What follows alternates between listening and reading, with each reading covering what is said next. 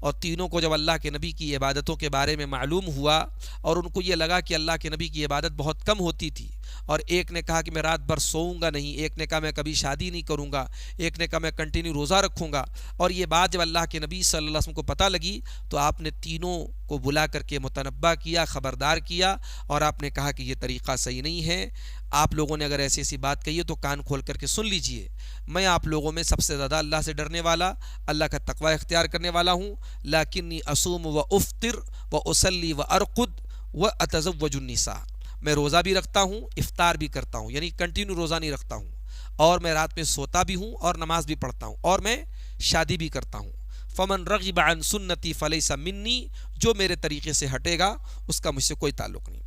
ایک بات یہ بھی معلوم ہوئی، وَكُلُوا مِمَّا رَزَقَكُمُ اللَّهُ، اللہ نے کہا کہ اللہ نے تم کو جو روزی دی اس میں سے کھاؤ، تو من یہاں تبعیضیہ ہے، یعنی پورا مت کھاؤ، تھوڑا کھاؤ، تو کھانے پینے میں بھی ہمیں جو ہے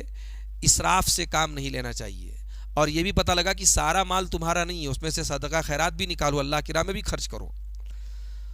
اور اللہ تعالیٰ نے حلالا طیبہ کہہ کر کے یہ خبردار کر دیا کہ حلال میں سے بھی جو ہے ہم پاکیزہ چیزیں کھائیں، اگر کسی چیز کے بارے میں شبہ ہے تو وہ چیز نہ کھائیں، ڈاؤٹ فل چیزوں کو ہم نہ کھائیں۔ اس کے بعد اللہ تعالیٰ نے قسم کا مسئلہ بیان کیا، فرمایا لا یؤاخذکم اللہ باللغو فی ایمانکم ولکن یؤاخذکم بما عقدتم الایمان، اللہ تعالیٰ تمہاری لغو قسم پر تمہاری پکڑ نہیں کرے گا، بلکہ اللہ تعالیٰ اس قسم پر تمہاری پکڑ کرے گا جس کو تم مضبوطی سے قسم کھاتے ہو۔ فَكَفَّارَتُهُ اِطْعَامُ عَشَرَةِ مَسَاكِينَ مِنْ أَوْسَطِ مَا تُطْعِمُونَ أَهْلِيكُمْ، اس کا کفارہ کیا ہے؟ 10 مسکینوں کو کھانا کھلانا، وہ اوسط کھانا جو تم اپنے گھر والوں کو کھلاتے ہو، او کسوتہم او تحریر رقبہ، یا 10 مسکینوں کو کپڑا پہنانا یا ایک گردن آزاد کرنا۔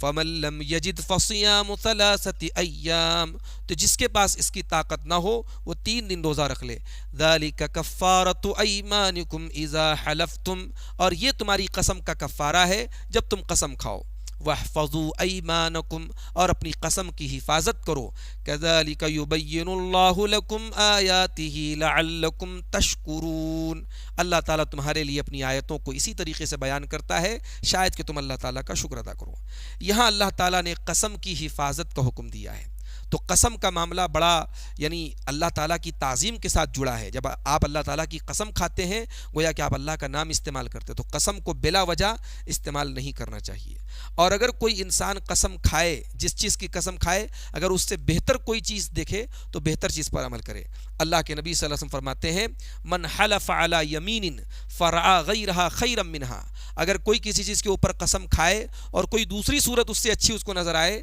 فلیأتی الذی ہوا خیر، تو جو بہتر صورت ہے وہ اپنا لے، ولیکفر عن یمینی، اور اپنی قسم کا کفارہ دے۔ اس کے بعد ہمارے سامنے سورہ مائدہ کی وہ آیت آتی ہے جس میں شراب کی حرمت کا اعلان ہے۔ یا ایھا الذین آمنوا انما الخمر والمیسر والانصاب والازلام رجس من عمل الشیطان فاجتنبوه لعلکم تفلحون، اے ایمان والو، شراب، جوا، غیر اللہ کے آستانے، پانسے کے تیر، یہ سب گندے کام ہیں، شیطان کے کام ہیں، ان سے بچو تبھی تم کامیاب ہو سکتے ہو۔ انما یرید الشیطان ان یوقع بینکم العداوۃ والبغضاء فی الخمر والمیسر، شیطان تو یہی چاہتا ہے کہ شراب اور جوئے کے ذریعے تمہارے بیچ میں دشمنی اور نفرت پیدا کر دے۔ وَيَصُدَّكُمْ عَنْ ذِكْرِ اللَّهِ وَعَنِ الصَّلَاةِ، اور شیطان یہی چاہتا ہے کہ تم کو اللہ کے ذکر سے دور کر دے اور تم کو نماز سے دور کر دے۔ فَهَلْ أَنْتُمْ مُنْتَهُونَ، تو کیا تم باز آؤ گے یا نہیں آؤ گے؟ جب یہ آیت نازل ہوئی صحابہ کرام نے فوراً شراب کو چھوڑ دیا، شراب کے برتنوں کو گلیوں میں پھینک دیا اور کہا کہ انتہینا انتہینا، اے اللہ ہم باز آ گئے، ہم شراب سے دور ہو گئے۔ اور اس آیت سے یہ بھی معلوم ہوا کہ ہر وہ لہو اور لغو چیز جس کی قلیل جو ہے مقدار اگر آپ استعمال کریں اور وہ آپ کو بڑی مقدار استعمال کرنے کی طرف دعوت دے، اور جو آپ کے درمیان دشمنی کو پیدا کرے، جو آپ کو نماز سے روکے، اللہ کے ذکر سے روکے، وہ کوئی بھی چیز ہو، اس کا وہی حکم ہے جو شراب کا حکم ہے۔ اور یہ بھی معلوم ہوا کہ نماز ام العبادات ہے اور شراب ام الخبائث ہے، تو جو ام الخبائث ہے وہ ام العبادات سے روکتی ہے، شراب نماز سے روکتی ہے۔ اور اسی لیے نماز کے بارے میں اللہ نے قرآن میں فرمایا ان الصلاۃ تنہا عن الفحشاء والمنکر، بے شک نماز بے حیائی اور برائی سے روکتی ہے۔ اس کے بعد اللہ تعالیٰ نے ایک ایسی چیز بیان کی، گناہوں کا آسان ہونا بھی اللہ تعالیٰ کی بہت بڑی آزمائش ہے۔ فرمایا یا ایھا الذین آمنوا لیبلونکم اللہ بشیء من الصید تنالہ ایدیکم ورماحکم لیعلم اللہ من یخافہ بالغیب۔ اے ایمان والو، اللہ تم کو ضرور آزمائے گا کچھ شکار کے ذریعے جس کو تمہارے ہاتھ پکڑ لیتے ہیں اور تمہارے نیزے پکڑ لیتے ہیں۔ لیعلم اللہ من یخافہ بالغیب، تاکہ اللہ تعالیٰ جان لے کہ کون اللہ تعالیٰ سے بغیر دیکھے ڈرتا ہے۔ فمن اعتدی بعد ذلک فلہ عذاب علیم، اس کے بعد جو حد سے تجاوز کرے گا اس کے لیے دردناک عذاب ہے۔ صحابہ کرام کو شکار کی بڑی آسانی تھی، شکار ان کا ایک طریقے سے ذریعہ معاش تھا، لیکن احرام کی حالت میں جب اللہ تعالیٰ نے شکار سے بالکل منع کر دیا اور شکار کے جانور ان کی آنکھوں کے سامنے سے گزرتے تھے مگر وہ احرام کی وجہ سے مجبور رہتے تھے، اس موقع پر یہ آیت نازل ہوئی۔ اور اس آیت میں اللہ تعالیٰ نے یہ اشارہ کیا کہ گناہوں کا آسان ہونا یہ بھی بہت بڑی آزمائش ہے، اور ایسے موقع پر انسان کے دل میں اللہ کا کتنا خوف ہے یہ معلوم ہوتا ہے۔ اس کے بعد اللہ تعالیٰ نے خانہ کعبہ کا مقام بیان کیا، فرمایا جعل اللہ الکعبۃ البیت الحرام قیاما للناس، اللہ تعالیٰ نے خانہ کعبہ کو جو بیت حرام ہے اسے لوگوں کے قیام کا ذریعہ بنایا، لوگوں کے گزر اوقات کا ذریعہ بنایا۔ والشہر الحرام والہدی والقلائد، اور حرمت والے مہینے کو اور قربانی کے جانور کو اور قربانی کے جو قلادے ہوتے ہیں ان تمام چیزوں کو اللہ تعالیٰ نے قابل احترام بنایا ہے۔ ذالک لتعلموا ان اللہ یعلم ما فی السماوات وما فی الارض وان اللہ بکل شیء علیم، یہ اس لیے اللہ تعالیٰ نے کیا تاکہ تم جان لو کہ اللہ تعالیٰ جانتا ہے تمام چیزوں کو جو آسمانوں میں اور زمین میں ہے، اور اللہ تعالیٰ ہر چیز کو جاننے والا ہے۔ تو کعبہ جو ہے، جب تک دنیا میں کعبہ ہے دنیا قائم رہے گی، جب کعبے کو برباد کر دیا جائے گا تو سمجھو وہ قیامت کی نشانی ہوگی۔ اللہ کے نبی فرماتے یخرب الکعبۃ ذو السویقتین من الحبشہ، دو پتلی پتلی ٹانگوں والا ایک انسان جو حبشہ کا ہوگا وہ خانہ کعبہ کو ویران کر دے گا، خانہ کعبہ کو گرائے گا۔ یہ قیامت کے بالکل قریب میں یہ معاملہ پیش آئے گا۔ اس کے بعد اللہ تعالیٰ نے ایک اصول بیان کیا کہ غلیظ اور خبیث چیز اور پاکیزہ چیز دونوں برابر نہیں ہو سکتی۔ فرمایا قل لا يستوي الخبيث والطيب ولو اعجبك كثرة الخبيث، اے نبی آپ کہہ دیجئے کہ نہیں برابر ہو سکتی ہے خبیث چیز اور پاکیزہ چیز، اگرچہ خبیث کی کثرت آپ کو دھوکے میں ڈال دے۔ فاتقوا اللہ، خبیث کی کثرت آپ کو اچھی لگے تب بھی خبیث وہ پاکیزہ چیز کے برابر نہیں ہو سکتا۔ فاتقوا اللہ یا اولی الالباب لعلکم تفلحون، تو اے عقل مندو اللہ سے ڈرو تبھی تم کامیاب ہو سکتے ہو۔ اس کے بعد اللہ تعالیٰ نے کثرت سوال سے منع کیا، یا ایھا الذین آمنوا لا تسألوا عن اشیاء ان تبد لکم تسؤکم وان تسألوا عنها حین ینزل القرآن تبد لکم، اے ایمان والو بہت ساری ایسی چیزوں کے بارے میں سوال مت کرو کہ اگر وہ تم پر ظاہر کر دی جائیں تو تم کو بری لگیں گی، اور اگر تم ان کے بارے میں اس وقت سوال کرو جب قرآن نازل ہو رہا ہو تو تمہارے لیے وہ ظاہر کر دی جائیں گی۔ اللہ تعالیٰ نے عفا اللہ عنہا، اللہ نے اس کو تمہارے لیے درگزر کر دیا ہے۔ واللہ غفور حلیم، اللہ تعالیٰ بخشنے والا درگزر کرنے والا ہے۔ قد سألها قوم من قبلكم ثم اصبحوا بها كافرین، ان سوالوں کو تم سے پہلے بھی بہت سارے لوگوں نے کیا تھا اور پھر وہ ان کا انکار کرنے والے بن گئے۔ تو یہ اللہ تعالیٰ کی طرف سے ایک ادب سکھایا گیا کہ بہت زیادہ بال کی کھال نہ نکالی جائے، کثرت سوال سے منع کیا گیا۔ اسی لیے بخاری اور مسلم کی روایت ہے، حضرت ابو موسیٰ اشعری کہتے ہیں کہ اللہ کے نبی صلی اللہ علیہ وسلم سے بہت ساری ایسی چیزوں کے بارے میں پوچھا گیا جو آپ کو پسند نہیں تھی، جب زیادہ سوال کیا گیا تو آپ کو غصہ آیا اور آپ نے لوگوں سے کہا سلونی اما شئتم، پوچھو جو پوچھنا ہو۔ تو ایک آدمی نے پوچھا من ابی، میرا باپ کون ہے؟ تو آپ نے فرمایا تمہارا باپ حذیفہ ہے۔ پھر ایک دوسرے آدمی کھڑے ہوئے، انہوں نے کہا کہ میرا باپ کون ہے اللہ کے رسول؟ آپ نے کہا تمہارے باپ سالم مولا شیبہ ہیں۔ تو جب حضرت عمر نے دیکھا اللہ کے نبی کے چہرے کی غضبناکی کو تو انہوں نے کہا کہ اللہ کے رسول انا نتوب الی اللہ عز وجل، ہم اللہ عز وجل سے توبہ کرتے ہیں، معافی مانگتے ہیں۔ تو سوال کرنے کا بھی حکم ہے، جہاں انسان کو سوال کے ذریعے اپنے علم میں اضافہ مقصود ہو، ہدایت حاصل کرنا مقصود ہو، اور جہاں سوال کے ذریعے صرف بال کی کھال نکالنا مقصود ہو، اس آیت میں اس سوال سے منع کیا گیا ہے۔ اس کے بعد اللہ تعالیٰ نے ہمیں اور آپ کو یہ حکم دیا کہ ہم پہلے اپنی فکر کریں، بعد میں ہم دوسروں کی اصلاح کریں۔ یا ایھا الذین آمنوا علیکم انفسکم لا یضرکم من ضل اذا اہتدیتم الی اللہ مرجعکم جمیعا فینبئکم بما کنتم تعملون۔ اے ایمان والو، اپنی فکر کرو، تم اگر ہدایت پر ہو تو جو لوگ گمراہ ہیں وہ تمہارا کچھ نہیں بگاڑ سکتے، تمہیں پلٹ کر کے اللہ ہی کے پاس جانا ہے اور وہ تمہارے اعمال کی پوری تمہیں خبر دے گا۔ تو اس آیت سے یہ معلوم ہوا کہ نیکی کا حکم دینا اور برائی سے روکنا یہ بھی ہمارے اوپر لازم ہے۔ یہ کام کرنے کے بعد اب اگر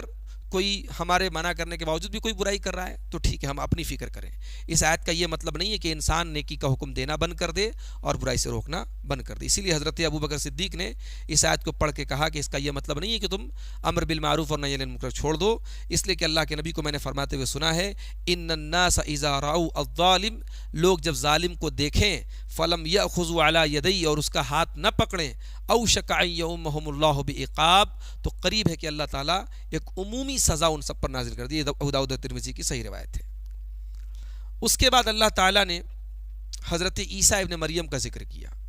فرمایا اذ قال اللہ یا عیسی ابن مریم اذکر نعمتی علیک وعلی والدتک اذ ایدتک بروح القدس تکلم الناس فی المہد وکہلا۔ یاد کرو جب اللہ نے کہا کہ اے عیسیٰ ابن مریم، میری نعمت کو یاد کرو جو نعمت میں نے تمہارے اوپر کی اور تمہاری والدہ کے اوپر کی، جب میں نے تمہاری مدد کی روح القدس کے ذریعے، تم بات کرتے تھے لوگوں سے گود میں اور ادھیڑ ہونے کے بعد، وَإِذْ عَلَّمْتُكَ الْكِتَابَ وَالْحِكْمَةَ وَالتَّوْرَاةَ وَالْإِنْجِيلَ، اور یاد کرو جب میں نے تم کو کتاب کا علم دیا، حکمت کا علم دیا، تورات سکھائی، انجیل سکھائی، وَإِذْ تَخْلُقُ مِنَ الطِّينِ كَهَيْئَةِ الطَّيْرِ بِإِذْنِي، اور جب تم بناتے تھے مٹی سے پرندے کی شکل کے جیسی چیز میرے حکم سے، فَتَنْفُخُ فِيهَا فَتَكُونُ طَيْرًا بِإِذْنِي، اور اس میں پھونک مارتے تھے اور وہ میرے حکم سے حقیقت میں چڑیا بن جاتی تھی، وَتُبْرِئُ الْأَكْمَحَ وَالْأَبْرَصَ بِإِذْنِي، اور تم میرے حکم سے مادرزاد جو کوڑی ہوتا تھا اور جو نابینا ہوتا تھا اس کو تم ٹھیک کر دیتے تھے، وَإِذْ تُخْرِجُ الْمَوْتَى بِإِذْنِي، اور یاد کرو جب تم مردوں کو میرے حکم سے نکال لیتے تھے، زندہ کر لیتے تھے۔ تو یہ تمام چیزیں اللہ تعالیٰ نے بار بار بِإِذْنِی کہہ کر کے اشارہ کر دیا کہ یہ اللہ کے حکم سے وہ ایسا کرتے تھے، یہ حضرت عیسیٰ کے اپنے بس کی بات نہیں تھی، اللہ کے حکم سے ان کے ہاتھ پر اللہ تعالیٰ نے ان معجزات کو ظاہر کیا۔ اس کے بعد اللہ تعالیٰ نے حضرت عیسیٰ کی ایک دعا کو ذکر کیا۔ حضرت عیسیٰ کیا دعا کرتے ہیں؟ ان تعذبهم فانہم عبادک وان تغفر لهم فانک انت العزیز الحکیم۔ اے اللہ، اگر تو ان کو عذاب دے تو یہ تیرے بندے ہیں، اور اگر تو معاف کر دے تو طاقتور حکمت والا ہے۔ پیارے رسول صلی اللہ علیہ وسلم نے اسی آیت کو پڑھا تھا اور اس کے بعد سورہ ابراہیم کی ایک آیت کو پڑھا تھا، فمن تبعنی فانہ منی ومن عصانی فانک غفور الرحیم، کہ جو میری پیروی کرے وہ میرا امتی ہے اور جو میری نافرمانی کرے تو غفور الرحیم ہے۔ تو عیسیٰ علیہ السلام اور ابراہیم علیہ السلام کی ان دو دعاؤں کو پڑھنے کے بعد پیارے نبی صلی اللہ علیہ وسلم رونے لگے اور اپنی امت کے لیے ہاتھ اٹھا کے دعا کرنے لگے کہ اے اللہ میری امت کا کیا ہوگا۔ تب اللہ تعالیٰ نے اطمینان دلایا کہ ہم آپ کی امت کے بارے میں آپ کو خوش کر دیں گے، آپ پریشان نہ ہوں۔